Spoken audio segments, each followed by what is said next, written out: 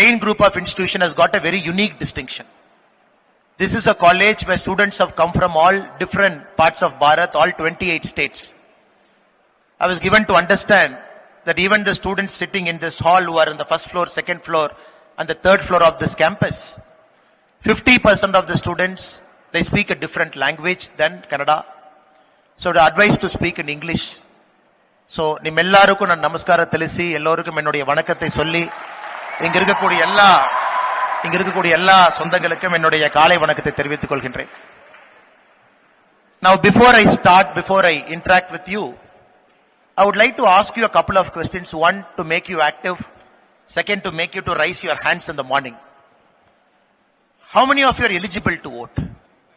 Meaning in 2024 I voted. Okay, eligible to vote first. Okay, I'll not embarrass you. Okay.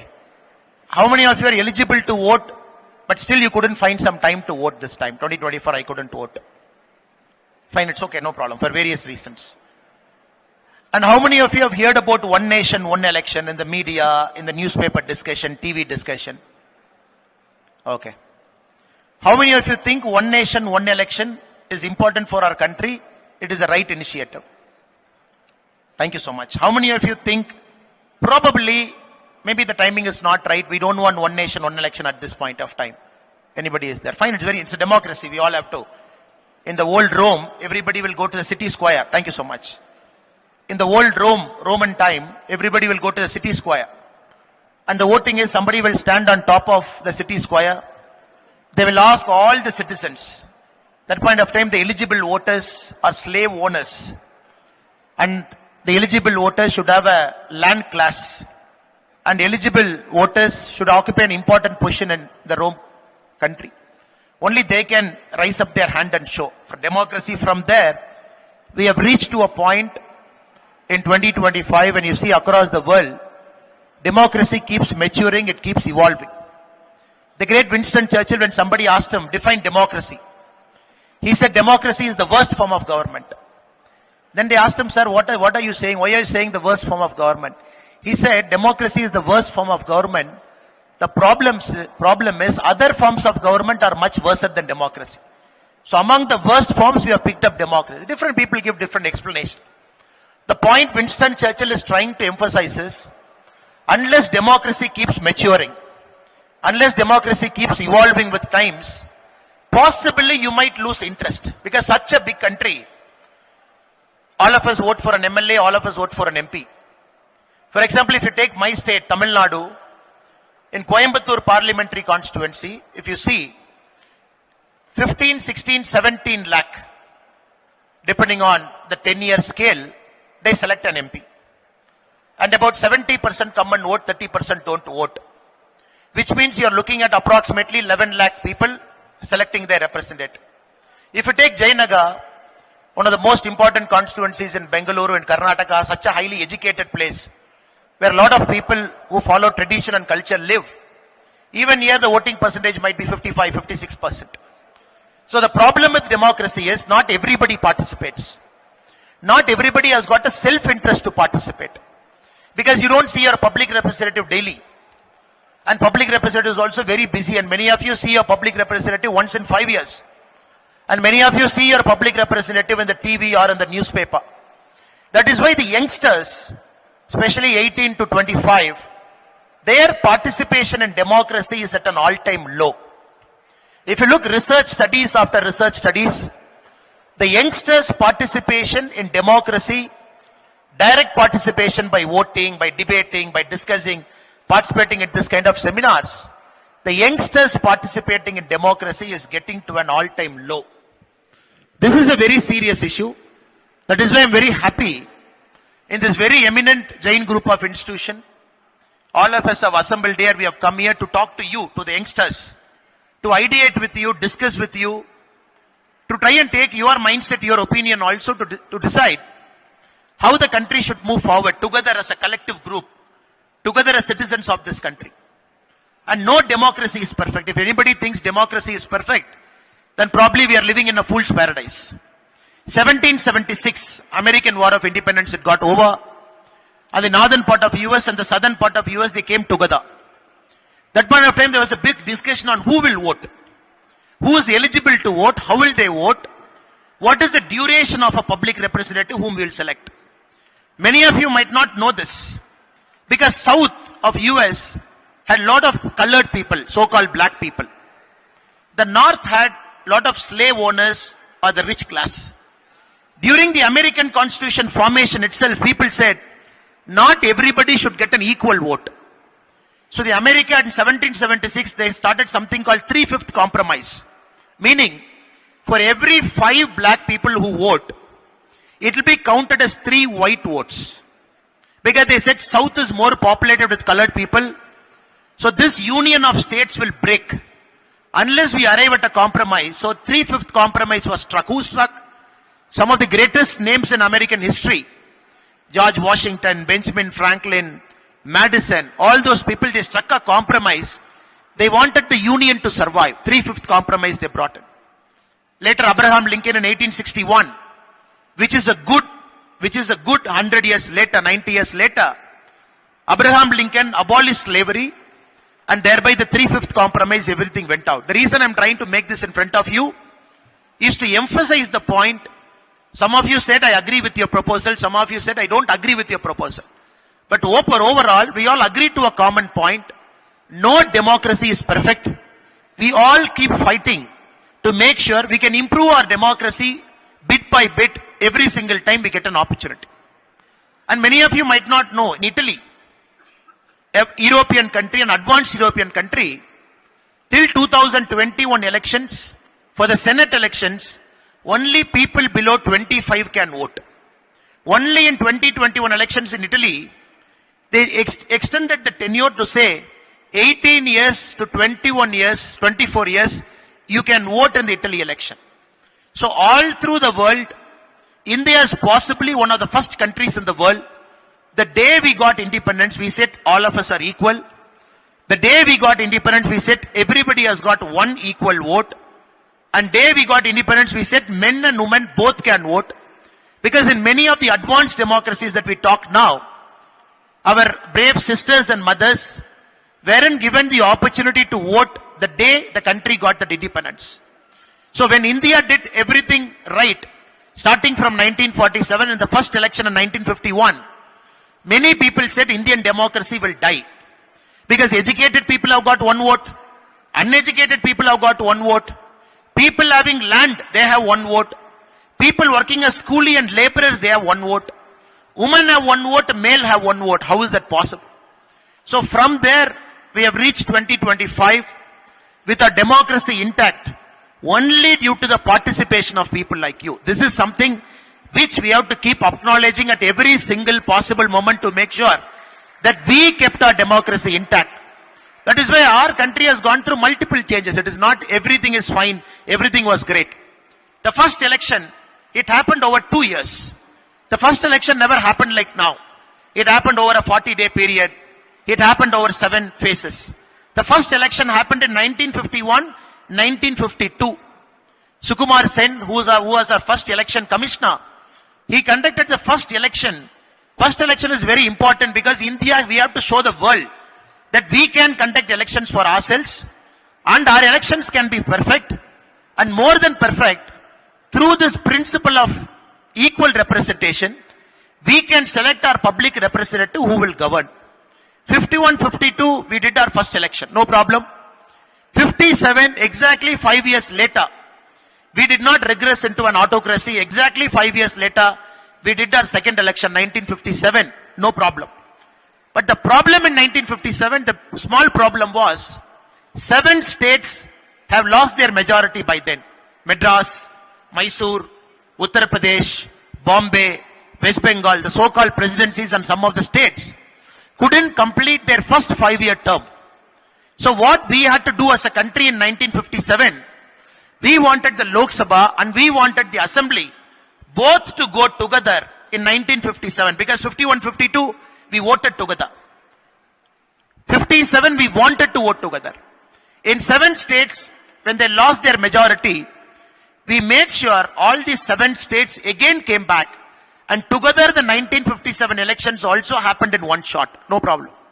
1962, 5 years later, again without fail, because the problem was, many of the countries that got independence along with us, they regressed back to a dictatorship or an autocracy. For third straight time, after 5 years, again we did our election on time, whereby the legislative assemblies and the parliament house of people, we voted in unison. 1967, fourth time, again after 5 years, all the state legislative assemblies and house of people, Lok Sabha, we voted together. Which means our country, starting from 1952 to 1967, for 15 straight years, it was a one nation, it was a one election without fail. The problem happened from 1967 onwards, because 1970 Lok Sabha was dissolved 1 year before. The elections happened in 1971. By the time many states in our country, starting from Kerala had the first ignominious, the record of getting dismissed by the central government, because there was a communist party in power led by 𝗵𝗔 𝗙𝗵𝗶𝗹. The government in Delhi at that point of time, they felt, okay, Russia is a communist country, China is a communist country, we cannot afford to have one more communist party ruling our country in a state in Kerala led by 𝗵𝗔 𝗙𝗵𝗶𝗹, because he is bringing land reforms, he is bringing a lot of things. Probably the Congress party at that point of time, when Madam Indira Gandhi visited Congress, before she was the Congress president, when she visited Kerala, when she reported back to her father Nehru, she felt it is time that Kerala should not go the communist way. So against the principle of Indian constitution, against the principle of a person deciding what kind of government he wants, the communist government in Kerala was unceremoniously dismissed. Then one after the other, state governments got dismissed, many times for flimsy reasons.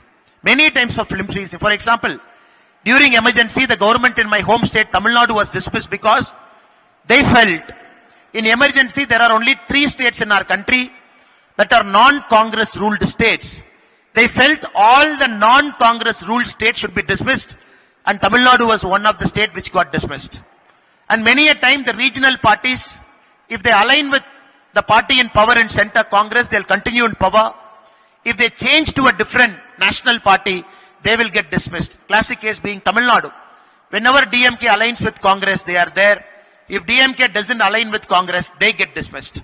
So we have seen this kind of a seesaw democracy in our country, starting from 1970, an 18-month emergency in between. Then we have different governments coming and going, the late 80s. In the emergency, the Congress party dismissed so many governments.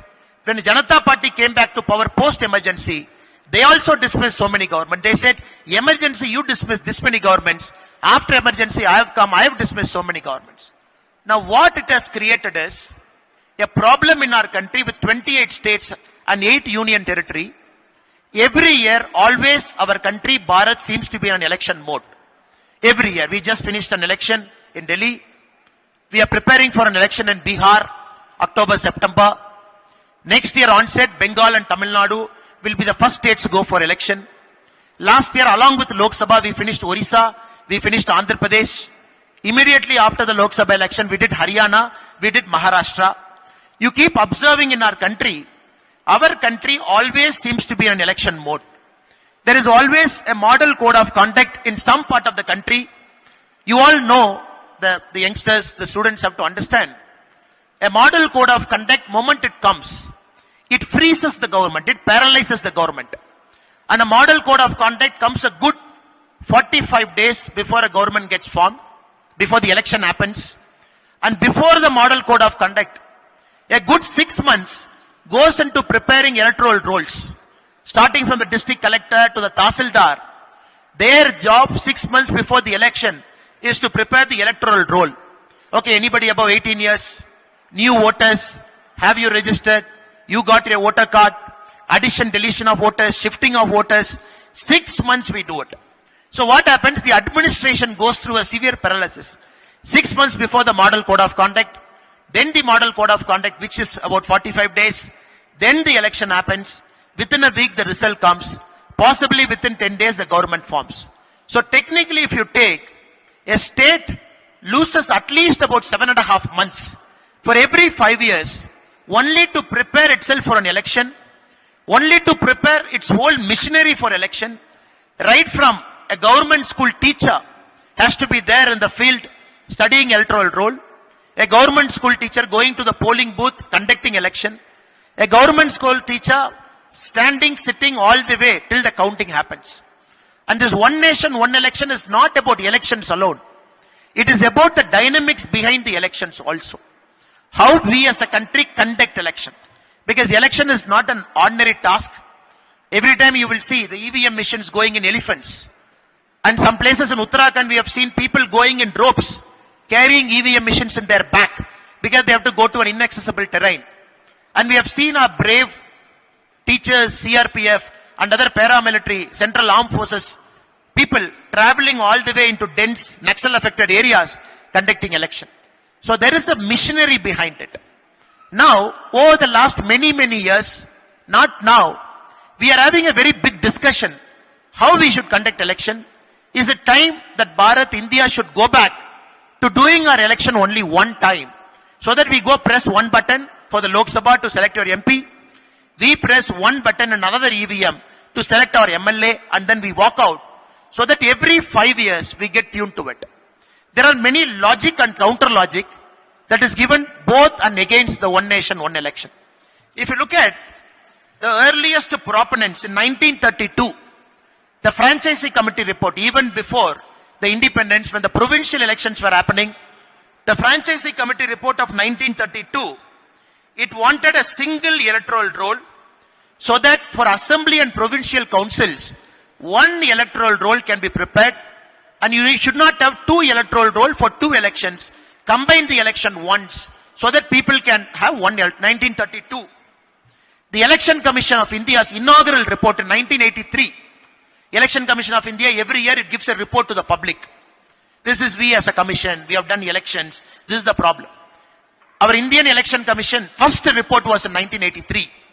If you look at the inaugural annual report in 1983, the Election Commission of India said in 1983, it is time that our country should go for simultaneous elections, which we lost in 1967. They said in 1983.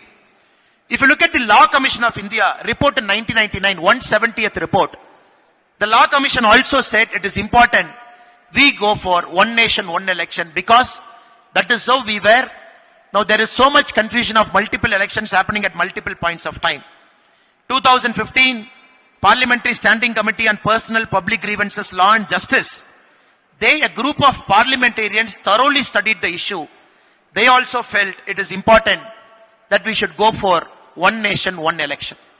2017 𝗙ity Aayog, they analyzed the economic potential with respect to conducting one nation, one election.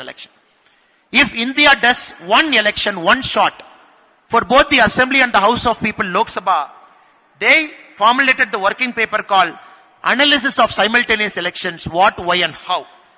If you look at that paper, for me the most striking thing that I liked in that paper is, one nation, one election will force a regional party to think nationally, a national party to think regionally. This is very important for a country like Bharat, which has got all of us speaking multiple languages, differing cultures, but the spirit of Bharatiya we united. Just yesterday, you might have seen in Tamil Nadu, my home state, the common symbol rupee, which we all use. Tamil Nadu government said we will not use this symbol because we wanted to use our Rus symbol.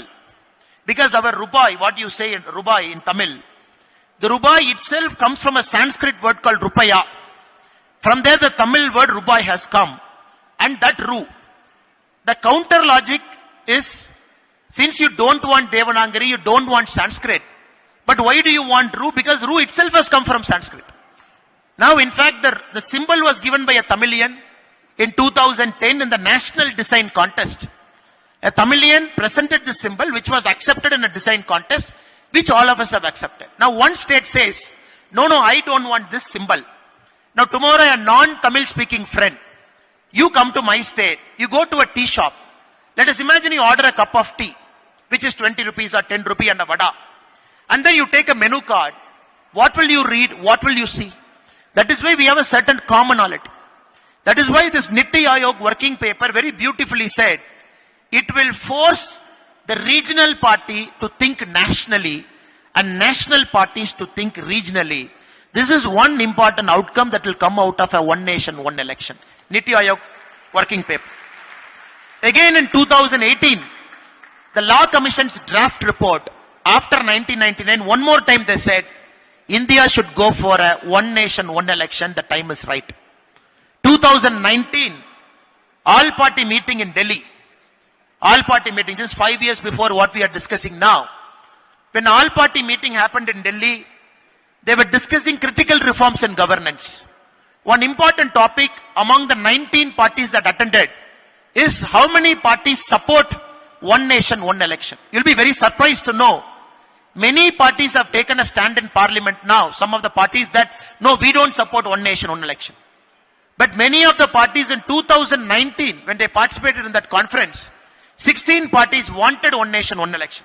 Parties BJP, Nationalist Congress Party, JDU, YSRCP, BJD, BRS, LJP, SAD, APNADAL, All Jharkhand Students Union, Sikkim Krantakari Morcha, NDPP, NPP, PDP, RLP, RPI.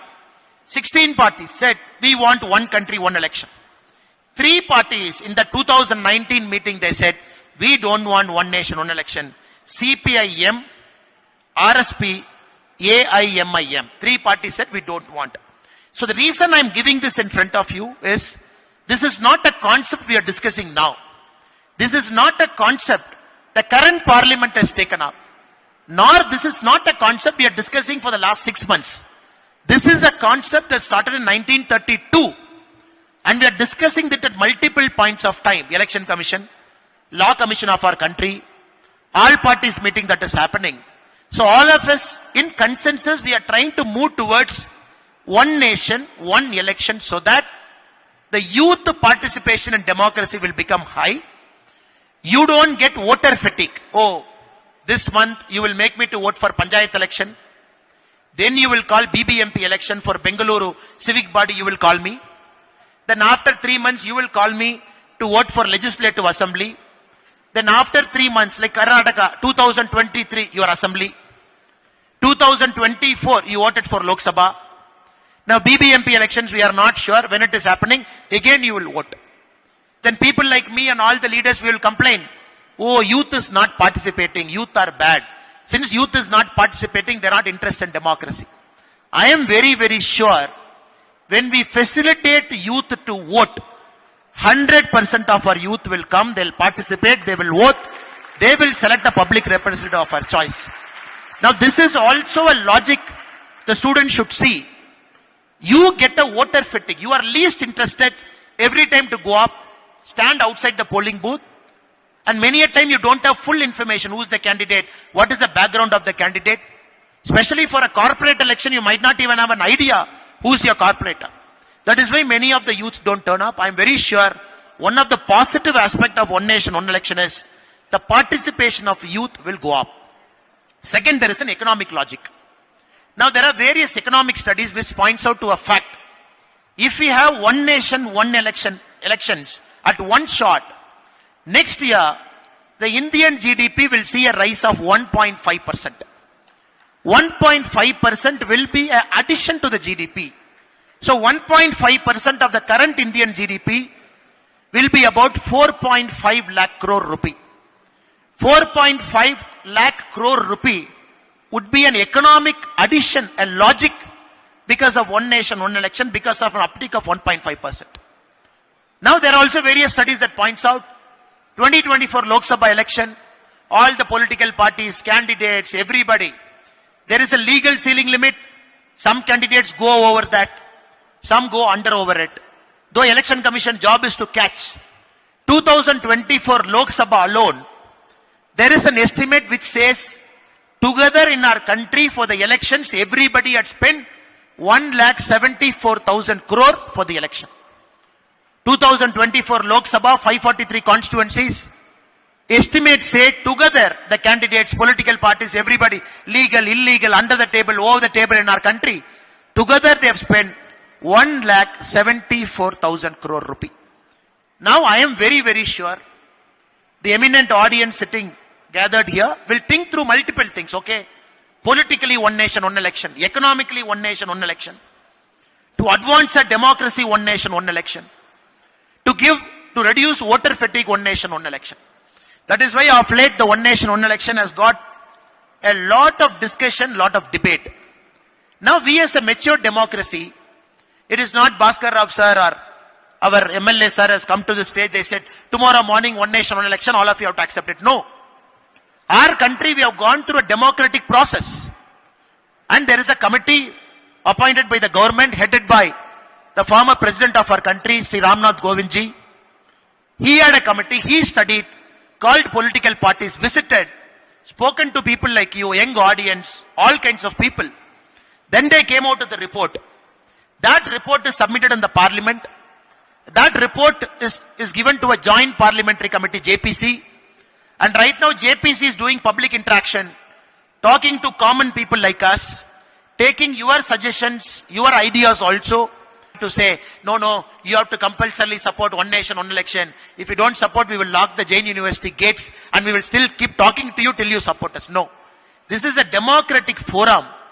As a public cause, this program is being organized to tell you this is what it is.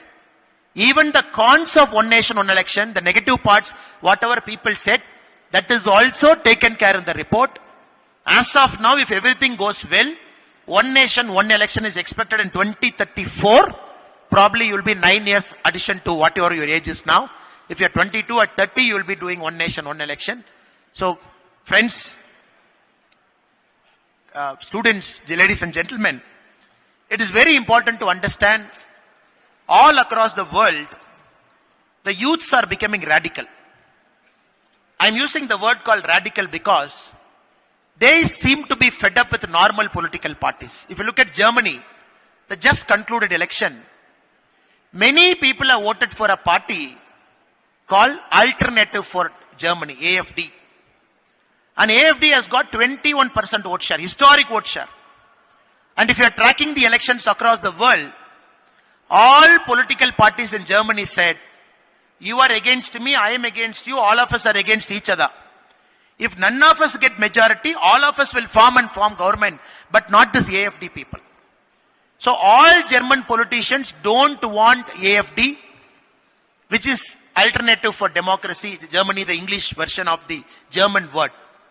Because this political party say, you are a Nazi party, you are a rightist party, and you are so radical party, you want to change German constitution, we don't want it. But youths are voting for that party to say, we want this party in power, because all of you could not deliver, we want AfD. I'm just giving you some of the statistics before you. If you look at Italy, Giorgia Meloni, 2021 when she assumed the president of Italy, for the first time the youths are allowed to vote, 18 to 24. First time they were allowed to vote. She got majority of the votes.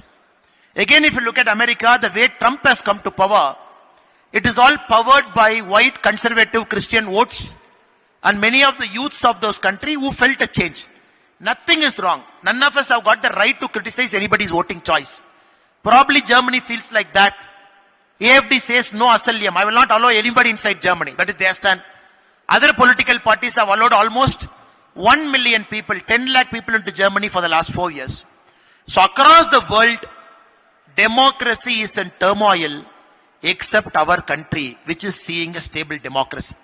Across the world, new parties coming up shaking, green parties getting votes, some new radical parties coming and getting 20% of the votes.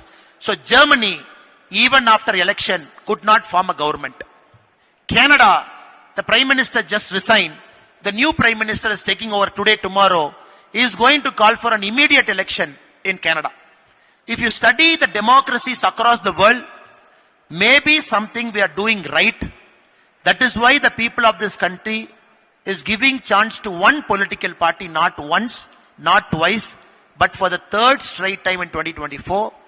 Also to the same political party in all the legislative assemblies, time after time continuously. That is why we also understand as a major political party, probably as India's biggest political party, the party that I belong to as a Karyakarta, Bharatiya Janata Party, which has got more than 18-19 crore registered members of this party, we also believe as a big party, reforms have to happen. If we say, no, we are a big party, everything is in our favor, why should we have a one nation, one election? We are winning Lok Sabha, we are winning Assembly. Why should BJP say, everything is fine now, we will continue to be fine? But if you see, BJP as a big party is pushing for one nation, one election. We have to understand it. Because this current model is favoring BJP. The current model is favoring BJP. But still, India's largest political party is saying, we want one nation, one election, because the BJP stand is nation first. We are not looking at we winning elections. We are not looking at we winning Lok Sabha. We are not looking at we winning Assembly. We are looking at 4.5 lakh crore GDP addition will happen. More youths will come and participate. Democracy will become stabilized. Democracy will become mature. That is why one of India's largest political party, the party to which some of us here belong, we want one nation, one election. Likewise, my appeal to all the eminent students who have gathered here, you also will pay attention to this one nation, one election. Read through that report. 17th, when the website is opening, you will go make your comment for or against, and you will make your voices heard. If there is a better idea, you will share your idea, so that we as a country, this democracy will stay strong. Our children will get the benefit of democracy. Our grandchildren will get the benefit of democracy. Even after we die, India should continue to be a democratic country where everybody should have equal vote, equal voice. None of us should be repressed because I am a Tamilian, I am a Kannadiga, I am from UP. None of us should be repressed from Northeast. All of us should be treated equally. That is why democracy also has to do this self-engineering to itself. You please see this one nation, one election as one of the biggest self-engineering our democracy is doing to itself. On this note, I thank all of you for your patient listening. Because this is not a very comfortable topic. Democracy itself, we are not happy to talk about it. And this doesn't arouse the interest also. So I'm very happy the students of this very eminent university, you have given your last 45-50 minutes of your time, patiently listening to our viewpoint to say the pros, the cons, how we can make it work, and how you should participate. I'm very sure you will start participating. I'm very sorry my friends who are in the first, second and third floor, we couldn't make enough eye contact with you because you are all around us in 360 degree. Thank you so much for your patience, and thank you so much. If there is small inconvenience also, and people who are in the first 3 rows, for your patience also with this. I thank the whole Karnataka team on One Nation, One Election for organizing this very beautiful seminar and making all of us a part of it. Thank you so much. Namaskar. Jai Hind, Jai Bharat.